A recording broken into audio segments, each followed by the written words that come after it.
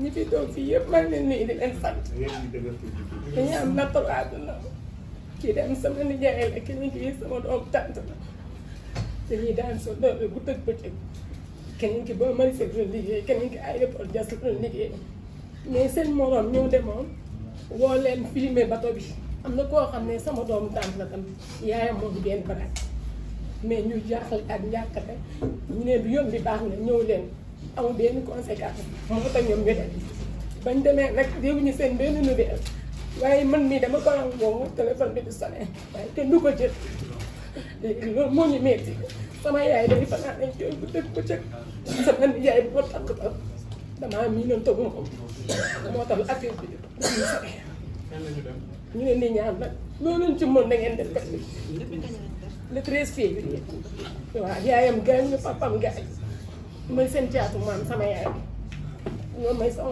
naqar àdduna ak sama roxo am àdduna rek ku ne bëgg a tekki amoo mooy ñu ci pour daan sa doole leneen teek la ci lii mooy problème maa ngi leen nuyu yéen ñëpp journaliste képp ku ci mën a jàpp ngeen jàpp ci ginnaaw yàlla ak yonent bi yéen rek la ñuy yaakaar lii def mooy problème ñoom fan lañ déparé woon.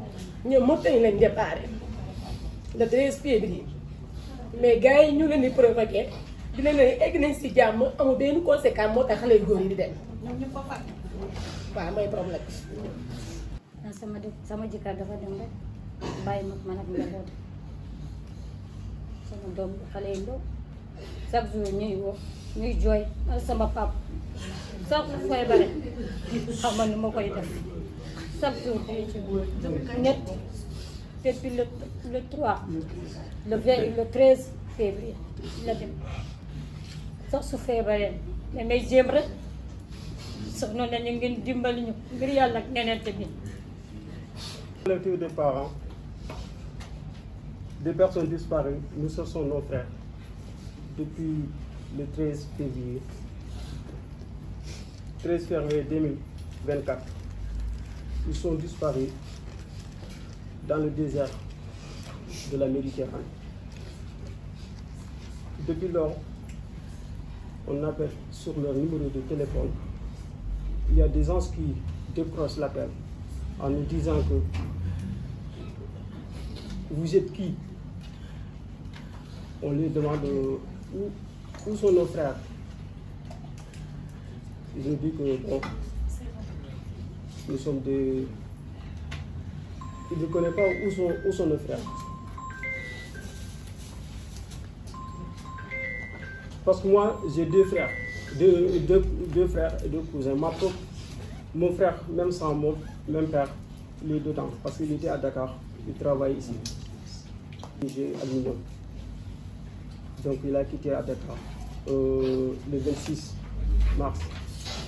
Le 26 janvier, il est parti en Mauritanie. Donc il a pris le bureau le 13 février. Depuis lors, on n'a pas de nouvelles de lui. On n'a pas de nouvelles de lui.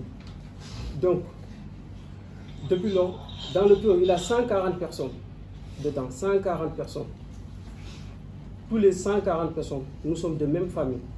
Il y a des cousins, cousines, on est des parentés. Donc, on est de même village aussi. 140 personnes, nous sommes des Sénégalais. Le message que nous envoyons au l'État du Sénégal, nous sommes des compatriotes sénégalais. Il n'a qu'à faire ce devoir. Parce que nos frères, on les localise dans le désert de Mauritanie, 130 km. Donc ça veut dire qu'ils sont vivants. Nos frères, ils sont vivants. Moi, je peux vous assurer ça. Ils sont tellement vivants. Donc ils sont séquestrés. Et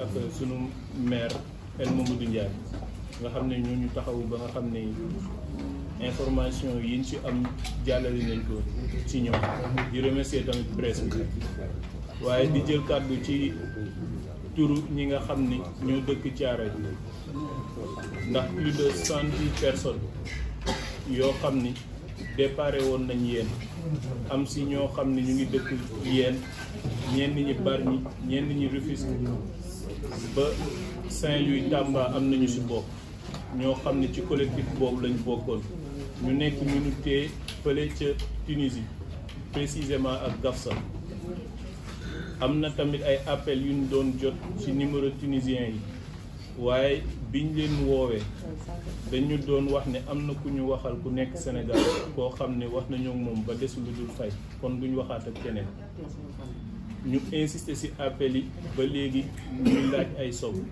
ñun suñu njaboot la ñu bëgg gisaat bëgg état du Sénégal taxaw ci ba nga xam ni dinañ gisaat suñu njaboot ndax ay soutien de famille lañ am na ñoo xam ni man sama mag moo ci bokk waaye damay jël kàddu ndax ñëpp ndax état du Sénégal mën a taxaw ci njabootu sénégalais yi nga xam ne ñoo nekk foofu participer waat ci développement réew mi loolu moo tax ñu jël kàddu di wax tamit am na ci ñoo xam ne ay jeunes lañ ay soutien de famille lañ te ñu yaakaar lañ te ñoo nekkoon seen ndimbalu wéyjur ndax wéyjur yëpp jaaxle nañ tabaski bi firndeel na ko ndax kenn xamul ci loo nekk ak soutien de famille yi nga xam ne doonoon nañ ko ñoom tamit ñu bëggoon état du Sénégal taxaw ci bañ jotaat suñu doomi réew ba ñu bokkaat tamit ci développement réew Sénégal incha allah. Je me présente, je m'appelle El Hadj Souleymane Silla, responsable collectif de Kidira Bakel. Depuis un certain moment, on a perdu nos enfants, nos petits-enfants, et on ne sait pas quoi faire. On demande l'intervention de Allah subhanahu wa ta'ala et nos autorités sénégalaises. Nous sommes dans un pays responsable, digne. On pleure, on est en deuil depuis tous ces temps-là. Mais cette année 2024, c'est vraiment catastrophique. Qu'est-ce qui pousse les enfants d'aller? Qu'est-ce qui pousse les enfants d'aller? Parce qu'on n'a pas de boulot. Les enfants n'ont pas de travail. Rester croisé, voir ton père et ta mère n'ont pas quoi à manger, c'est difficile à leur âge pour supporter. Pourtant, aujourd'hui, si un enfant arrive en Espagne ou en Italie ou à Paris, toute la famille font la fête, fait le sera de bœuf, mais ils sacrifient leur vie. Comment on peut tolérer comme ça? Il y a des gens qui ont vendu des maisons pour que son fils parte. Depuis février 2024, moi, je ne peux pas compter le nombre des enfants, mes neveux, mes voisins, les enfants de mes voisins qui partent. Dieu qui sont disparus, on ne le voit pas. Dernière communication, c'était en février 2024, le 13 février. Moi, je me suis déplacé en personne d'aller en Mauritanie, d'aller au Maroc, en Tunisie. J'ai fait tout le tour, tous les prisons, un an. Je vis personne et personne. Je suis rentré, fatigué. Je ne sais même pas quoi dire aux parents. Je vais dire. Ils pensent qu'en tant que responsable qui se déplace comme ça, peut-être je vais amener une bonne nouvelle. Mais rien. Donc aujourd'hui, on s'adresse à l'État sénégalais, les autorités compétentes sénégalaises de venir nous aider et trouver. Peut-être, on a beaucoup d'espoir. Ils ont arrêté quelque part. Ils sont emprisonnés quelque part. Au pire des cas, des fois, ça arrive aussi à nos têtes. On dit peut-être que la pirogue est chavirée. Ce n'est pas notre souhait.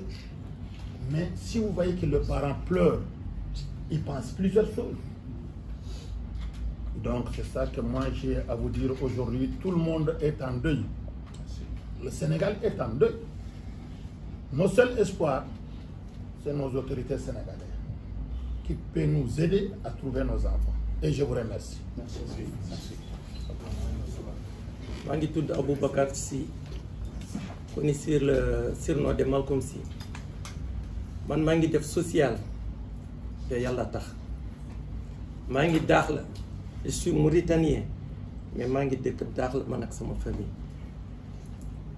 rescapés yi bu ñu génnee ci géej bi parfois même maintenant ce sont les autorités ñi nekk Maroc ñoo may woo pour ma assister surtout docteurs yi ma assister gars yi ci biir hôpitaux yi dañuy ñëw seen yaram yi yàqu ba pare ak seen yére yi docteurs yi ñu ngi leen di soigner mais mënuñu mais je suis obligé ma woo ay nit indil ma ay yére mu yóbbu leen ci douche yi parce que seen yére yi lépp ci biir yére yi lañ ko doon def pendant 15 jours par 7 jours pendant léegi bu ñëwee ma yóbbu leen ma defar leen ñu ñëwaat docteur yi mun a jàppale leen.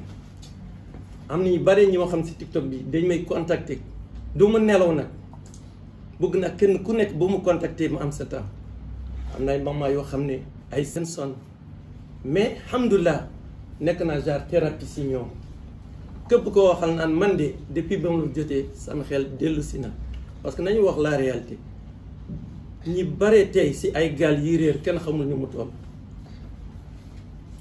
autorités yi nag ñooñu mën a jàppale loolu ma tax ba ma gisee Horizon Sans Frontières ma ñëw Sénégal ma contacté monsieur Boubacar Seye parce que ñii ak suñuy recherche yi ñuy def ñi mel na Horizon Sans Frontières ñi mel na droit de l'homme ñi mel na Amnesty International ñooñu mën a jàppale si yu ñuy def parce que rumeur yi dafa bare te ñu naan ñu ngi leen jàpp fii ñu ngi leen di jàpp fee.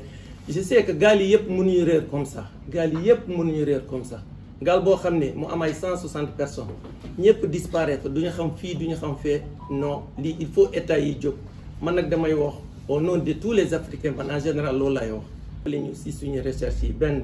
deuxièmement ñu ngi fàttee beneen chose aussi gaal bu départ par exemple Mauritanie ñu naan il y avait 200 personnes gaal bi bu arrivé Espagne duñu naan ñaata moo si nekkoon dañu naan rek. une pirogue est arrivée avec 76 personnes mais ana ñeneen ñi parce que toujours nit ñi dañuy dee ci géej gi parfois ñu leen di sànni résultat boobu ñaar ñoo la ko mën a jox ki tëgg gaal bi moo xam ñan ñoo arrivé wax la ñi nekkoon ci wala bu gaal bi rescapé wala bu arrivé nga yor ay photo ñi nekk foofu balaa ñuy disparaître nga won leen ay photo donc nag ñu ngi remercier ñëpp merci. Le 20 juillet laa jóge foofu dem Paris mais li ma fa gis doy na waar trop man sax bëggatuma tukki sama ñibbi parce que gis naa ñu ngi wax am na ñu dee dëggal am na ñu dee mais ñi ñu jàpp ci prison clandestine dafa bari boo dem doo ko gis naa fa ay mbokki jàmm Sénégal yu ne condition yu doy waar état bi dañ koy ñaan ngir yàlla ak yonent bi état rek moo ci mën dara mu jóg dem wëri ay doomam parce que bu dee marocain bi day wëri doomam quoi bu dee sénégalais bi bu dee américain wala français day wëri doomam man li ma fa gis doy na waar am na ñu dee mais am na ñu bëri ñu nekk ci ay loxo naar boo ma joxee 1 million ma bàyyi bu amul numéro boo wootee duñ la bàyyi man li ma fa gis laay wax. sénégalais yu bëri ñu ngi fa ñu leen def loolu naka su dul noonu parce que amatuñu numéro amatuñu mbokk état yi moo ci mun dara man ba léegi maa ngi fi di wër bi ma ñëwee yàggul boo ñëwee déjà Mauritanie tamit di nga fa fekk ay sénégalais yoo xam ne dafa mel ni ay sénégalais parce que sénégalais buy jaay sénégalais du sénégalais quoi. sénégalais buy wax boo ma joxee temps ak numéro may na sa mbokk gis naa ko dafa bëri quoi business bu nekk ci désert bi boo demul foofu di dox doo ko xam bëri na quoi état rek moo ci mun dara dañuy ñaan état ngir yàlla ak yonent bi ñi dee nañu yàlla moo leen yóbbu amul problème seen i mbokk dinañ ko muñ mais ñiy dund dañuy état dimbali ngir yàlla ak yonent bi mu dem quoi xool désert bi di fa nekk waaw ñi nga sax ay marocain ñoo leen téye. xaw ma ay marocain lañu xaw ma ay lan lañu da ngay ñëw ñu ne lii wër fii yëpp boo fi duggee ay Sénégal ay doomu africain nga fi fekk te doo dugg pour nga dugg sax problème la dañu laaj wecc jàpp affaire yu bëri am na doomu sénégalais yu bëri yu fa nekk yu bëree bëri am na ñu dee wii mais am na yu bëri ñu fa nekk état rek moo ci mun dara yow mi sax boo jógoon wëri sa mbokk doo mënoo ci dara mënoo ci dara sa xaalis mooy yàqu mais mënoo ci dara man li ma dépassé mën na 3000 euros mënoo ci dara mais état rek moo ci mun dara. foog nga joxe sa xaalis foog nga joxe xaalis ñu bàyyi. ay business yu bon jox ma lii jox ma laa nu mu tudd ñu photo jox ma sax lekk nañ sama xaalis joxe naa fa ay photo yu bëri ñu lekk sama xaalis dóoru ma loo ci mën mënoo ci dara ñu état dimbali ngir yàlla ak yonent bi état dimbali ñu dem ci désert bi demu wëri état bu demul wëri rek di lay gis ay doomam muy di leen loolu rek dañu ñaan état quoi wasalaam